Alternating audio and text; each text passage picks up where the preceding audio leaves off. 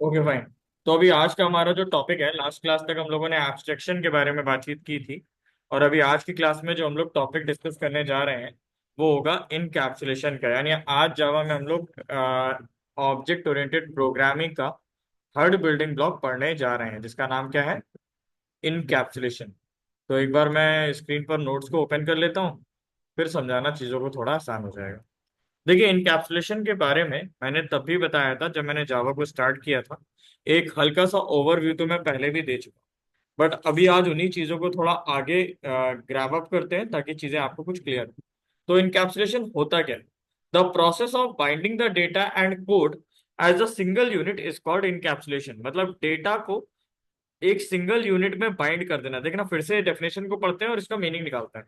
The process of binding binding the data and code. यानी हमें करना क्या है कि हमारा जो भी डेटा यानी जो भी हमारी इंफॉर्मेशन है और हमें जो कोड लिखना है, उन दोनों ही चीजों को हमें एक सिंगल ब्लॉक में क्या करना है, क्लोज कर देना है। ठीक है ना, जिससे कि वो एक सिंगल यूनिट बन जाएगी। और उस यूनिट को हम लोग क्या बोलेंगे? इनकैप्सुलेशन। जैसे कि कैप्सूल होता है, कैप्सूल के दो पार्ट होते हैं, है ना? वैसे ही अगर इनकैप्सुलेशन को समझो तो मान लो इनकैप्सुलेशन एक कैप्सूल को रिप्रेजेंट कर रहा है, और उस कैप्सूल के दो पार्ट में से एक पार्ट में डेटा रखा हुआ है और दूसरे पार्ट में वो सोर्स कोड रखा है जो कि हम कोड करने वाले हैं। ठीक है ना? आगे की अगर बात करी जाए, सेकंड वर्ड्स में देखा जाए, the process of hiding the implementation details to the user is called encapsulation. मतलब इनकैप्सुलेशन में ये कहा जा रहा है कि हमें यूजर से हाइडिंग करके रखनी है उन सारी चीजों की जिसके द्वारा हमारा लॉजिक इंप्लीमेंट हुआ है। मतलब कि हमें टोटल यहाँ पर इम्प्लीमेंटेशन को हाइड कर देना है। यूजर को केवल हमें ये दिखाना है कि काम हो गया है, या आपने हमसे ये रिजल्ट मांगा था, ये लीजिए आपका रिजल्ट ये रहा। हमें यूजर को बिल्कुल भी ये नहीं बताना है कि ये रिजल्ट निकालने के लिए हमने क्या मेहनत करी है या फिर हमने क्या कोडिंग की हुई है। समझ गए ना? जैसे अमेजोन हम लोग यूज करते हैं, तो अमेजोन को यूज करने के टाइम पर हमें सिर्फ ये मतलब होता है कि हमको शॉपिंग करनी है। हमें बिल्कुल भी कहीं से ये मतलब तो होता ही नहीं है कि हम ये जानने की कोशिश करें कि अमेजोन बना कैसे है या फिर अमेजोन को बैकएंड पर मैनेज कौन कर रहा है। हमें केवल और केवल अपनी वर्किंग से मतलब होता है। तो इनकैप्सुलेशन में बेसिकली यही कहा जा रहा है कि आपको वर्किंग से मतलब रखना है। रेस्ट ऑल द चीजों से आपको कोई भी लेना देना नहीं होना चाहिए। ठीक है? And we are achieving this concept by declaring variables as a private modifier. हम लोग जावा के अंदर इनकैप्सुलेशन कॉन्सेप्ट को अचीव तब कर पाएंगे जब हम प्राइवेट मॉडिफायर का यूज करेंगे। प्राइवेट मॉडिफायर क्या होते हैं इसके बारे में भी और भी आगे बातचीत करेंगे। देखो, जावा के अंदर अगर आप इनकैप्सुलेशन कॉन्सेप्ट की बात कर रहे हैं, तो इनकैप्सुलेशन का मतलब अभी हम लोगों ने ये सीखा कि इनकैप्सुलेशन बेसिकली एक कैप्सूल को ही रिप्रेजेंट कर रहा है, जिसमें कि कैप्सूल की एक यूनिट में तो कोड रखा हुआ है और उसकी दूसरी यूनिट में डेटा रखा हुआ है। दूसरी बात हम ये भी कह सकते हैं कि इनकैप्सुलेशन हम लोग इसलिए करते हैं कि हम लोग इम्प्लीमेंटेशन से संबंधित सारी चीजों को हाइड करना चाहते हैं। यूजर से हम ये बोलना चाहते हैं कि तुम सिर्फ रिजल्ट पे ध्यान दो, तुम इस बात पे ध्यान ना रखो कि ये लॉजिक कैसे बिल्ड हुआ है। और जावा में एक बात और भी याद रखने वाली है कि अगर इनकैप्सुलेशन कॉन्सेप्ट को आप अचीव करना चाहते हो, तो यहां पर आपको सारे ही वेरिएबल को प्राइवेट बनाना पड़ेगा, because it is possible to access private member within the class only. Private बनाने से फायदा ये होगा कि मान लो मैं कह रहा हूं कि मेरे प्रोग्राम में मेरे पास दो क्लासेस अवेलेबल है। एक मेरे पास क्लास पेरेंट अवेलेबल है, दूसरी मेरे पास क्लास क्लास जो है वो चाइल्ड अवेलेबल है। मैं लॉजिक भी थोड़ा लिख देता हूँ स्क्रीन पे ताकि थोड़ा प्रैक्टिकली समझ में आए चीजें। मान के चलो, एक क्लास है पेरेंट नाम की, दूसरी क्लास है चाइल्ड नाम। ठीक है ना? तो एक क्लास हमारी हो गई पेरेंट और दूसरी हो गई हमारी चाइल्ड। अब ये समझ लो, मैं कह रहा हूं कि पेरेंट के पास दो वेरिएबल हैं ए और बी नाम के। चाइल्ड ने क्या किया है कि चाइल्ड ने एक्सटेंड कर लिया पेरेंट को, मतलब इनहेरिटेंस तो हो गया। बट पेरेंट के पास ये जो दो वेरिएबल है, दोनों वेरिएबल पेरेंट ने प्राइवेट कर रखे थे। तो प्राइवेट मेंबर जो होते हैं वो कभी भी चाइल्ड एक्सेस कर नहीं सकता, यानी कि इनकैप्सुलेशन होगा ही नहीं। तो लिखा है यहाँ पे क्या है, we are achieving the encapsulation concept in Java by declaring all the variables as a private modifier. मतलब सबको हमें प्राइवेट बनाना पड़ेगा। क्यों बनाना पड़ेगा? क्योंकि it is possible to access private member within the class only. Private member को केवल हम क्लास में यूज कर सकते हैं, क्लास के बाहर यूज नहीं कर सकते। मतलब आपका जो ऑफिस का आईडी कार्ड है, वो उसकी जो लिमिट है वो केवल और केवल आपके ऑफिस कैंपस के अंदर है। मान लीजिए हम कह रहे हैं मार्केट में आप कहीं गए और मार्केट में जाके आप बोल रहे हो कि मैं फलानी कंपनी का सीईओ हूँ, तो क्या इस बात से कोई मैटर करेगा? वेल ऑब्वियसली नहीं करेगा, क्योंकि आपके सीईओ होने का जो आपको पद मिला हुआ है वो केवल कंपनी के अंदर मिला है। कंपनी के बाहर आप चाहे सीईओ हो या फिर आप राष्ट्रपति हो, आपको एक ही तरीके से ट्रीट करा जाएगा। ठीक है ना? तो अगर यहाँ पे लिखा गया if the variables are declared as a private, it is possible to access those variable only within the class, but it is possible to set the data by using setter method, and it is possible to get the data by using getter method। कहा यहाँ पे ये गया है कि आप करोगे क्या कि इनकैप्सुलेशन को अचीव करने के लिए वेरिएबल्स को प्राइवेट बना दोगे, क्योंकि प्राइवेट बनाने से फायदा ये होता है कि वो वेरिएबल फिर उसी क्लास के अंदर ही यूज किए जा सकते हैं, क्लास के बाहर यूज करे नहीं जा सकते हैं। अब कहने का मतलब ये है, तो क्या उन वेरिएबल्स की वैल्यू को हम चेंज नहीं कर सकते? या फिर क्या उन वेरिएबल्स की वैल्यू को अगर हम एक्सेस करना चाहते हैं, प्रिंट करना चाहते हैं, तो क्या नहीं कर सकते? कर सकते हैं। कैसे करेंगे? Set the data, data set करना है, कैसे करेंगे? यानी सेट करना है, अपडेट करना है, कैसे करेंगे? सेटर मेथड का यूज होगा। कौन से मेथड का यूज होगा? सेटर मेथड का। यानी जावा के अंदर अगर आप इनकैप्सुलेशन कॉन्सेप्ट को पढ़ रहे हो और इनकैप्सुलेशन को अचीव करना चाहते हो, तो आप एक चीज याद रखो कि आप वेरिएबल को पेरेंट क्लास के अंदर प्राइवेट कर दोगे, तो वेल ऑब्वियस है कि वो चाइल्ड के अंदर एक्सेस नहीं होंगे। बट उन वेरिएबल्स की वैल्यू को अगर हमें अपडेट करना है, अगर उन वेरिएबल्स की वैल्यू को हमें रीड करना है, उसको प्रिंट करना है, तो हम ये काम कैसे करेंगे? तो इसके लिए आपको दो मेथड यूज करने हैं। एक होगा setter method to set the data, getter method to get the data. Set करने का मतलब है डेटा को अपडेट करना, उसमें किसी प्रकार का कोई चेंज करना है तो आप कर सकते हो। गेटर मेथड का क्या काम है? गेट द डेटा, यानी डेटा आप गेट करना चाहते हो, डेटा निकालना चाहते हो, डेटा फेच करना चाहते हो। तो डेटा अगर आपको फेच करना है तो आपको गेटर मेथड का सहारा लेना पड़ेगा। नाउ अगर लास्ट में देखा जाए, the data of the private field can be access only by using setter and getter method. यहाँ पे कहा यह गया कि जब भी कोई फील्ड प्राइवेट होती है, तो वहां के अगर किसी भी मेंबर को आपको एक्सेस करना हो या फिर उस फील्ड को ही आपको एक्सेस करना हो, तो इस केस में आपके पास दो मेथड होने चाहिए। पहला मेथड सेटर होगा, दूसरा मेथड गेटर होगा। सेटर का काम सेट द डेटा और गेटर का काम गेट द डेटा। और ये दोनों ही मेथड कैसे होंगे? पब्लिक होंगे। पब्लिक का मतलब क्या होता है? पब्लिक का मतलब ये होता है कि जब भी हम किसी वेरिएबल को पब्लिक कर देते हैं, तो उस वेरिएबल को सारी तरह से फ्रीडम मिल जाती है। मतलब चाहे तुम उसको पेरेंट में यूज करो, चाहे तुम उसको चाइल्ड में यूज करो, कोई दिक्कत नहीं है। प्राइवेट का मतलब each and everywhere you can access this variable. Clear? So in this way we are hiding implementation to other classes. और ये कुल मिला के एक ऐसा तरीका है जिसके द्वारा हम इम्प्लीमेंटेशन की सारी डिटेल को हाइड कर देंगे, मतलब उन सारी डिटेल को छुपा दिया जाएगा जिनकी जरूरत नहीं। The setter and getter methods are user defined method. और एक बात ये भी समझ लो, सेटर मेथड और गेटर मेथड इतनी देर से मैं बोल जरूर रहा हूँ, लेकिन बेटा ये सेटर मेथड और गेटर मेथड जो होता है, ये कोई भी प्री डिफाइंड मेथड नहीं है, यूजर यूजर डिफाइंड मेथड है। यानी जरूरी नहीं मुझे उसका नाम सेटर ही लिखना है और जरूरी नहीं मुझे उसका नाम गेटर ही लिखना है। आप कर कुछ भी सकते हो। मान लीजिए हमको कोई कसम खा के काम नहीं करना है कि मुझे इस मेथड का नाम सेटर रखना है और मुझे इस मेथड का नाम गेटर रखना है। मान लो हमने यहाँ पे बोल दिया सेट एड्रेस, ठीक है? एक मेथड बना दिया क्या? Get address. बस उनके आगे सेट और गेट लगा दो। जिस देखो जरूरी भी नहीं, ये भी रस्म नहीं है कि सेट और गेट लगाना है। केवल हम, अच्छा हम ये भी बना सकते थे अगर हम चाहते, एड्रेस वन बना देते और एड्रेस टू बना देते। लेकिन देखो कितना अनप्रोफेशनल लग रहा है, जबकि तुमको पता है कि एड्रेस वन तुमने बनाया है सेट करने के लिए और एड्रेस टू तुमने जो बनाया वो गेट करने के लिए बनाया, लेकिन ये टोटली अनप्रोफेशनल लग रहा है। हाँ या ना? क्योंकि इससे हमको कहीं से ये भी समझ में आ ही नहीं रहा है कि एड्रेस वन का क्या काम है और एड्रेस टू का क्या काम है। बट इससे हमको ये समझ में आ रहा है प्रोफेशनल डेवलपर हूं मैं क्योंकि, और मुझे ये करना है कि मुझे ऐसा कोड लिखना है कि कल को मेरे जाने के बाद अगर कोई दूसरा भी कोड करे तो उसको कोड का लॉजिक तो समझ में आना चाहिए। ठीक है ना? तो इस केस में सेट और गेट का बहुत बड़ा रोल है। सेट से समझ में आ रहा है कि भैया इस मेथड को यूज करो, सेट कर दो। गेट से समझ में आ रहा है भैया इस मेथड को यूज करो और गेट कर लो। क्या मेरी बात अभी तक की आप लोगों को समझ में आई? हाँ या ना में जवाब दीजिए। हाँ जी सर। ठीक है, बाकी लोग बताइए। हाँ सर। यस और नो? यस। Okay fine. अभी हम लोग एक प्रोग्राम डेवलप करते हैं और थोड़ा लॉजिक को इम्प्लीमेंट करने की कोशिश करते हैं।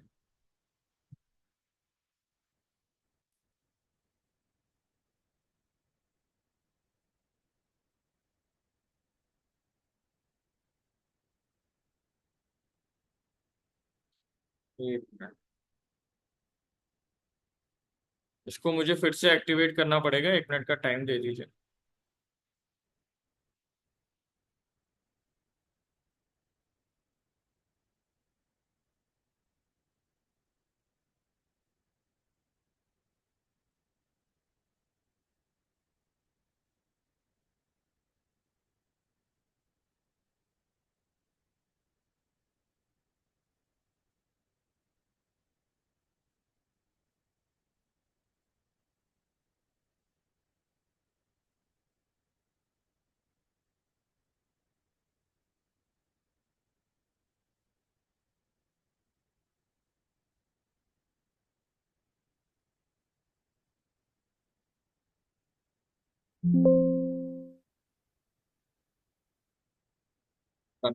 चलो, तो हम लोग एक प्रोग्राम बनाते हैं। मान लीजिए क्लास टेस्ट, और क्या करना है, मान लो यहाँ पे 3 वेरिएबल ले लिए, स्टूडेंट आईडी के लिए SID, स्टूडेंट नेम के लिए SNAME। ठीक है। और क्योंकि हम इनकैप्सुलेशन कॉन्सेप्ट को अचीव करना चाहते हैं, तो आप एक काम करिए, इन दोनों वेरिएबल को प्राइवेट कर दीजिए। मैंने क्या बोला, पहला वाला मेथड भी, वेरिएबल भी मान लो मेरा प्राइवेट है, और दूसरा वाला वेरिएबल भी मेरा प्राइवेट है। क्लियर। अब समझो मेरी बात आगे। मुझे यहाँ पे 2 मेथड बनाने हैं, एक तो सेट करने के लिए, दूसरा गेट करने के लिए। मान लो हम लोगों ने एक मेथड बनाया, सेट SID, मतलब स्टूडेंट की आईडी को क्योंकि सेट करना है, तो सेट SID बना दिया। ठीक है। मान लीजिए हमें स्टूडेंट का नाम भी तो सेट करना है, तो हम स्टूडेंट के नाम को सेट करने के लिए सेट SNAME बना देंगे। 2 मेथड बना लिए। अब सुनो, इन मेथड के लॉजिक लिखते हैं। ठीक है ना। तो इस मेथड को कर देता हूं पब्लिक वॉइड। अब आप लोगों को मैंने अभी ये भी बताया था कि सेटर मेथड और गेटर मेथड जो बनाए जाते हैं उनको पब्लिक कर दिया जाता है। रीजन उसका क्या है, कि प्राइवेट है वेरिएबल, तो ये हर जगह मूवमेंट नहीं कर पाएंगे, ये सेफ एंड सिक्योर रहेंगे। बट वो जो मेथड है वो क्या है, पब्लिक है। यानी भैया जिसको भी आंसर देखना है, जिसको भी लॉजिक चाहिए, आओ और इन मेथड्स को कॉल करो और आंसर तुमको दिख जाएगा। लेकिन अगर तुम उसमें चाहो कि कोई भी छेड़खानी करनी है, तो तुम्हें उसके लिए सेटर मेथड यूज करना है। बट अगर तुम चाहो कि तुम्हें उस डेटा को एक्सेस करना है, तो तुम्हें क्या करना है, गेटर मेथड यूज कर लेना है। क्लियर। अब समझो मेरी बात, मैं क्या बता रहा हूँ, आगे की कहानी सुनो। देखो, तो ये दोनों वेरिएबल तो प्राइवेट हो गए, इनको कोई छू नहीं सकता। और जो नीचे के मेथड हमने बनाया वो कैसा हो गया, पब्लिक हो गया, यानी इसको हर कोई एक्सेस कर सकता है। आगे सर, अब हमने यहाँ पर एक पैरामीटर पास कर दिया, इंटीजर x। उसका रीजन ये है कि इसमें जो भी वैल्यू आएगी, वो वैल्यू उठा करके हम कहाँ दे देंगे, यहाँ पे दे देंगे। अब हमने लिखा गया यहाँ पे, मान लो लिख दिया this dot SID equals to x। Object वगैरह तो बनाना आता ही है, और ये भी आपको पता है कि मैंने किया क्या। और जरूरी नहीं कि यहाँ पे x ले लें, SID ही ले लेते हैं। तो ये लॉजिक अब समझ में आ रहा होगा। क्लियर है, हाँ या ना।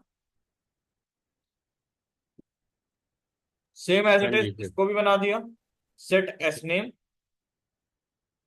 और SNAME अगर सेट करना है, तो एक पैरामीटर इसको भी दे दो, स्ट्रिंग में क्या दे दिया, मान लो SNAME दे दिया। ठीक।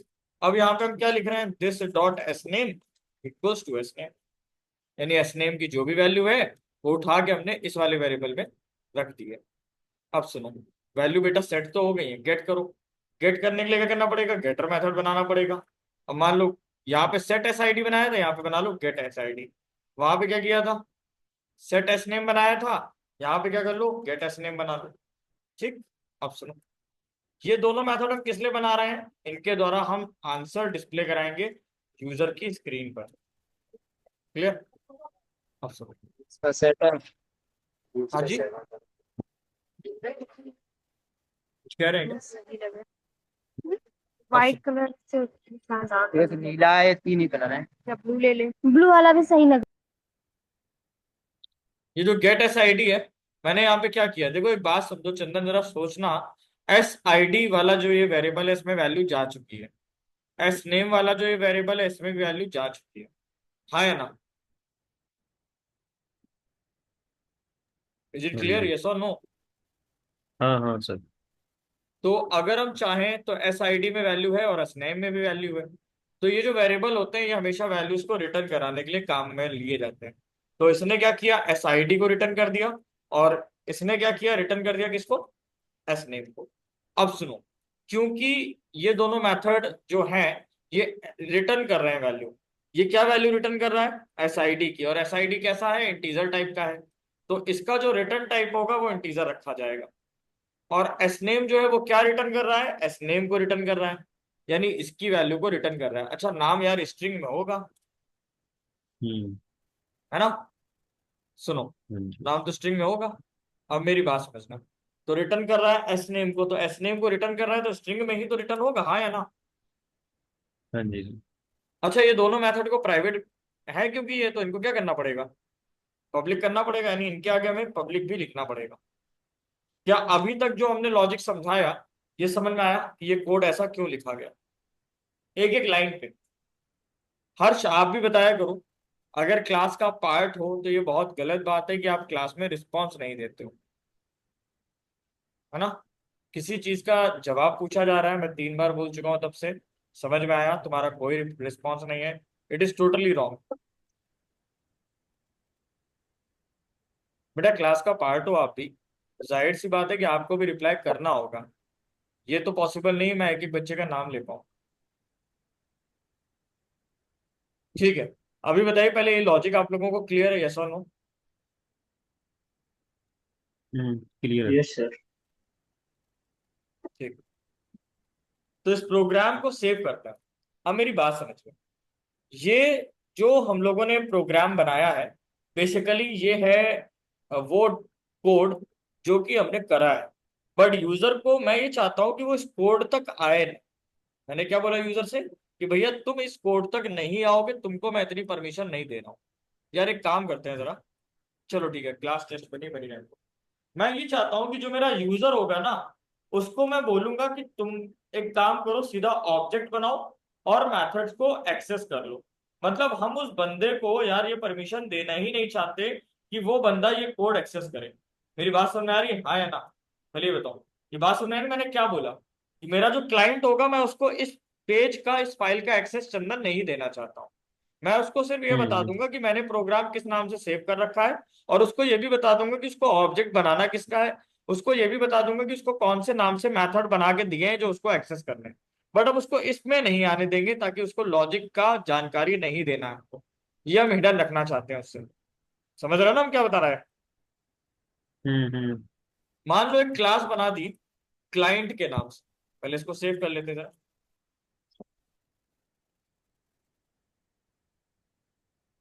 क्लास बनाई किस नाम से, क्लाइंट के नाम से, और क्लाइंट की क्लास में एक मेन मेथड बना हुआ है। अब क्लाइंट को तुम ये बताओ कि तुमने जो लॉजिक लिखा है वो किस नाम की फाइल में लिखा है, चंदन बताओ मुझे।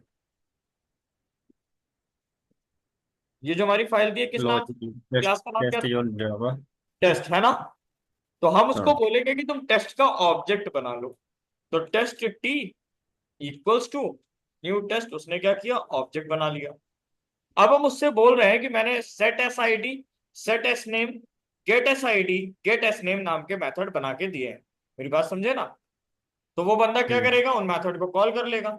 यानी इसने क्या किया, T dot set S I D को कॉल कर लिया। और सेट एस आई डी में तुमको याद होगा कि हम लोगों ने एक पैरामीटर यूजर से मांगा है, तो वो जब कॉल करेगा तो उसको एक पैरामीटर बताना भी पड़ेगा क्या है, हाँ या ना। हाँ जी। अब यही बंदा एस नेम को भी कॉल करेगा, तो T dot set S name. और जब ये एस नेम को कॉल करेगा तो उसको नाम भी बताना पड़ेगा, क्योंकि यहाँ पे भी एक पैरामीटर हमने छोड़ा है, समझ रहे हो ना। और नाम हमने यहाँ हम्म। दे दिया, लाइक लक्ष्य दे दिया। अब सुनो, इसने सेट तो कर दिया है, इसको आंसर भी प्रिंट कराना है। अब आंसर्स को प्रिंट कराने के लिए इसको गेट एस आई डी और गेट एस नेम नाम के मेथड को कॉल करना पड़ेगा। जब वो बंदा इन मेथड्स को कॉल करेगा, क्योंकि ये मेथड कुछ ना कुछ वैल्यू रिटर्न कर रहे हैं, तो उस बंदे को पहले इन वैल्यूज को किसी ना किसी वेरिएबल में रखना पड़ेगा, हाँ या ना। मान लो उसने क्या हम्म। किया, उसने टी डॉट गेट, गेट का क्या लिखा था, एस आई डी, उसने कॉल कर लिया T dot gate S ID को, तो वो सोच रहा है आउटपुट मिल जाएगा। उसने T dot gate S name को कॉल कर लिया, उसको लग रहा है आउटपुट मिल जाएगा। वेल ऑब्वियस है मिल जाएगा। लेकिन ये जो T dot gate S ID है जो कुछ वैल्यू रिटर्न कर रही है, और वो वैल्यू मेरी इंटीजर में थी, हाँ है ना। तो मुझे इसको एक इंटीजर एक्स में असाइन करना पड़ेगा। Same as it is S name की वैल्यू भी रिटर्न हो रही है, और वो वैल्यू स्ट्रिंग में है। तो यहाँ पर भी मुझे एक स्ट्रिंग में वेरिएबल लेना पड़ेगा जो कि रिटर्न वैल्यू को होल्ड कर पाए। क्या मेरी बात समझ में आई, हाँ है ना। हाँ। और ठीक है। सर। अब हम लोग जब प्रिंट करेंगे, तो हम लोग प्रिंट करेंगे एक्स को और हम लोग प्रिंट करेंगे एस को। मेरी बात सही है ना, मैं सही बता रहा हूँ। हम्म।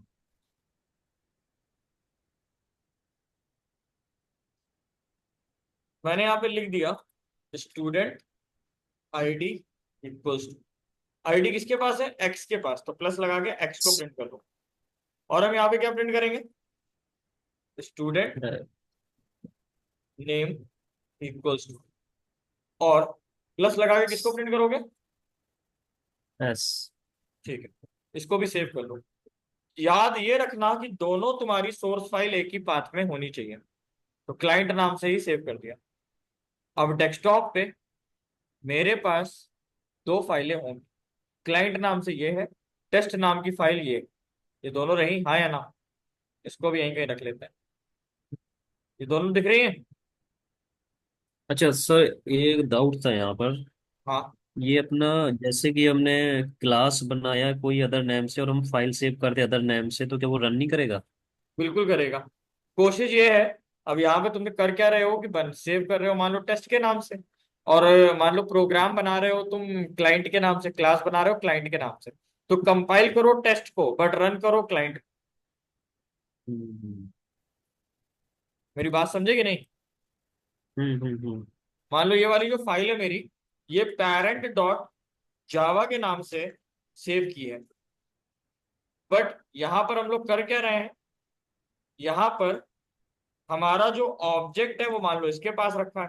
तो ऑब्वियस सी बात है कि हम चाइल्ड के पास अगर ऑब्जेक्ट है तो चाइल्ड का ही रन कराएंगे इसी को। तो लिखोगे जावा सी और पेरेंट डॉट जावा के नाम से सेव की थी, तो जावा सी स्पेस पेरेंट डॉट जावा। अब जब ये कंपाइल होगी, तो कंपाइल होने के बाद ये क्या बना के देगी, पेरेंट डॉट क्लास बना के देगी, हाँ या ना। हम्म अब रन कैसे करोगे, जावा लिखना, और ऑब्जेक्ट क्योंकि इसके पास है चाइल्ड के पास, तो रन कराओ चाइल्ड। मेरी बात सुन में आई, हाँ या ना। हाँ हाँ। अब यहां पर हम करते ये है कि हमें टेस्ट वाली फाइल को कंपाइल कराना है, क्लाइंट वाली फाइल को भी कंपाइल कराना है, दोनों फाइलें कंपाइल होंगी। बट मुझे जरा सोच के ये बताओ कि रन कौन सी फाइल होगी। सर क्लाइंट हो। क्लाइंट वाली। उसका रीजन ये है कि हम क्लाइंट को तो टेस्ट फाइल का एक्सेस देना ही नहीं चाहते ना। भैया तुम कंपाइल करो, तुम रन खुद को करना। मेरी बात समझे कि नहीं समझे। हम्म, वही तो प्राइवेसी हुई। यस और नो गाइस। हाँ जी हाँ जी।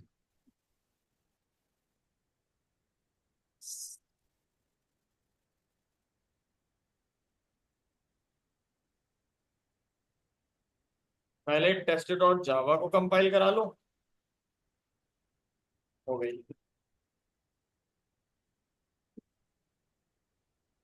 फिर क्लाइंट डॉट जावा को कंपाइल करा लो।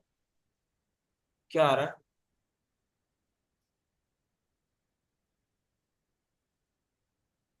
कुछ गड़बड़ आ रही है।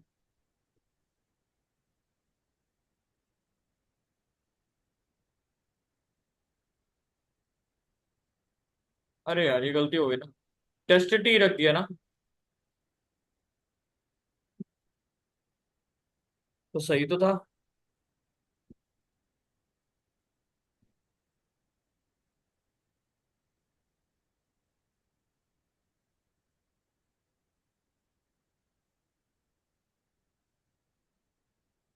Late me check the error first.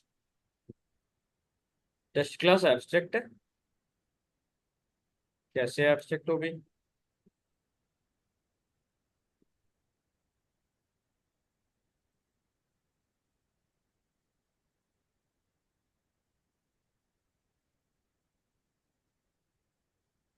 Sir client में कैपिटल लेटर में लिखा हुआ है। क्या चीज? SIP। सिर्फ क्लाइंट में एस नेम कैपिटल में लिखा हुआ है, एस। अरे यार, एक मिनट, स्पेलिंग मिस्टेक्स। ये है।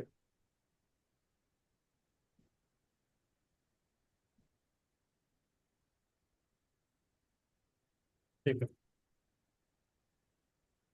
वो फाइल ना सेव नहीं करी थी, और बिना सेव करे कर रहे थे ना, तो पुराना जो आउटपुट मतलब इनपुट लिखा था ना उसके पास, उसी को रन कर रहा था। जावा क्लाइंट। आ गया कि नहीं आया? यस और नो गाइस? समझ में आया?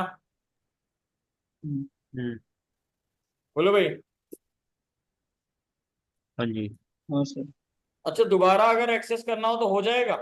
जितनी बार ऑब्जेक्ट बनाओगे उतनी बार हो जाएगा। मान लो इस पूरे लॉजिक को हम यहाँ पे दोबारा लिख देते हैं, और इसको हमने T1 से रिप्रेजेंट किया। T1 T1 T1 कर दिया जीरो। और दोबारा ऑब्जेक्ट बनाया, T2 कर दिया। T2 T2। ठीक है। यहाँ पे 101 कर दिया। यहाँ पे क्या कर दिया, अंकित कर दिया। चल जाएगा, हाँ या ना? दो बार ऑब्जेक्ट बना दिया।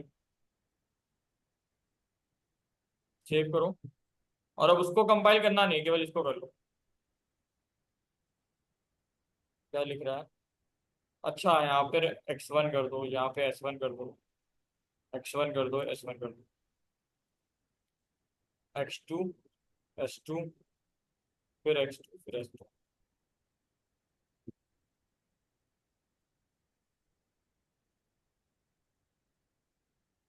सही है आंसर? All well guys. क्या इनकैप्सुलेशन का हाँ। लॉजिक इम्प्लीमेंटेशन समझ में आया? एक बात और है, पता है? यस। ये जो X1 में रख रहे हैं ना, ये फालतू में लाइन बढ़ रही है। इसको हटा देते हैं। S1 में भी ना रखो। जहां पे X1 प्रिंट कर रहे हो वहां पे X1 ना प्रिंट करके पूरी लाइन डायरेक्ट वहीं पे कॉल कर दो सीधा, इस जगह पे। सेम एज इट इज, इसको भी यहाँ से हटा दो। वेरिएबल फालतू के मत पढ़ो। समझ गए ना कैसे करना है?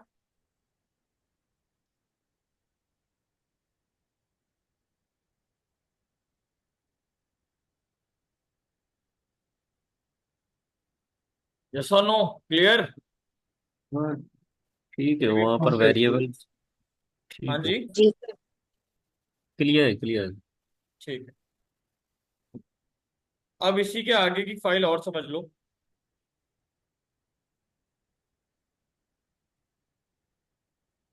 यहाँ पर कुछ मैंने थ्योरी पार्ट दिया हुआ है कि ये जो हम लोग जगह जगह पर public static void main use करते हैं ना मेन मेथड के लिए, तो ये public static void main actual में है क्या?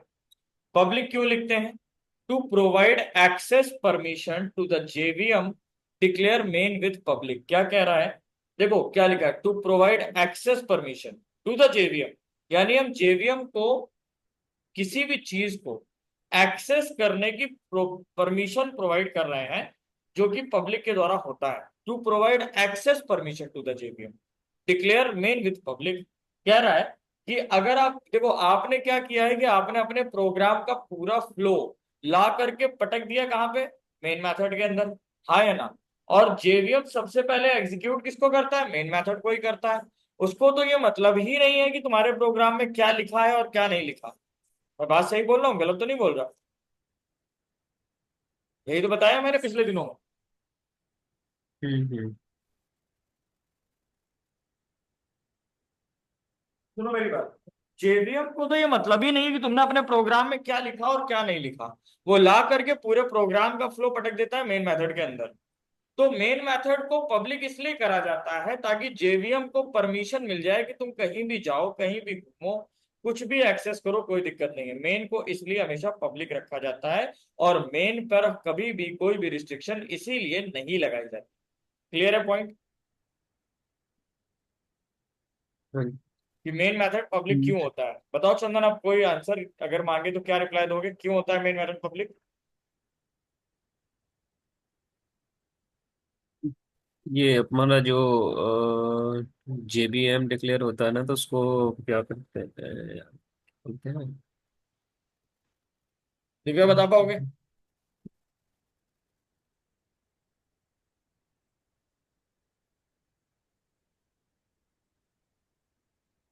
कोई बता पाएगा? ये सर कुछ जेवीएम को परमिशन प्रोवाइड करते हैं। बिल्कुल सही, जेवीएम को परमिशन प्रोवाइड करते हैं, किस चीज की? ताकि वो किसी भी पर्टिकुलर रिसोर्स को एक्सेस कर सके वो। एक्सेस कर पाए। Very good. स्टैटिक क्यों करते हैं, क्यों लिखते हैं static? To provide direct access permission to the JVM declare main is static. हम जेवीएम को हर एक चीज को एक्सेस करने की परमिशन डायरेक्ट देना चाहते हैं। डायरेक्ट का क्या मतलब है? Without creation of object. मतलब जेवीएम से हम ये बोल रहे हैं ऑब्जेक्ट बने और चाहे ना बने, तुमको पूरी छूट है, तुम्हें जिस चीज को एक्सेस करना हो कर लो। क्लियर? हम्म। ये मैंने बताया है ना कि स्टैटिक अगर होता है तो ऑब्जेक्ट बनाने की जरूरत नहीं होती। वॉइड का क्या काम है? Don't return any value to the JVM. जैसे ऊपर वाले में देखो इंटीजर रिटर्न हो रहा है, स्ट्रिंग रिटर्न हो रहा है। जेवीएम से हम कह रहे हैं तुम कुछ भी रिटर्न ना करो, जैसा जो लॉजिक लिखा उसको एज इट इज छाप दो। तो उसको हम वॉइड कर देते हैं। स्ट्रिंग एआरजीएस का क्या मतलब है? Use to take command line argument, the argument pass from command prompt. आप लोग जो इनपुट देते हो ना, वो तब इसीलिए दे पा रहे होते हो क्योंकि यहाँ पे स्ट्रिंग आर्ग्स लिखा होता है। स्ट्रिंग आर्ग का मतलब ही ये होता है कि यूजर जो भी इनपुट दे कमांड लाइन से वो एक्सेप्ट कर लो। स्ट्रिंग इसलिए लगाते हैं कि आप किसी भी तरह का आर्गुमेंट दे पाए। Represent possible to take any number of argument, और ये ब्रैकेट इसलिए लगाए जाते हैं कि आप 1 2 100 50 200 जितने इनपुट देना चाहो दे सकते हो, कोई रिस्ट्रिक्शन नहीं है। क्या ये सारे पॉइंट समझ में आए कि पब्लिक स्टैटिक वॉइड में स्ट्रिंग आर्ग्स क्यों लिखते हैं? हर एक चीज का मीनिंग क्लियर हुआ? यस और नो गाइस? हाँ सर क्लियर। क्लियर है ना? Correct again.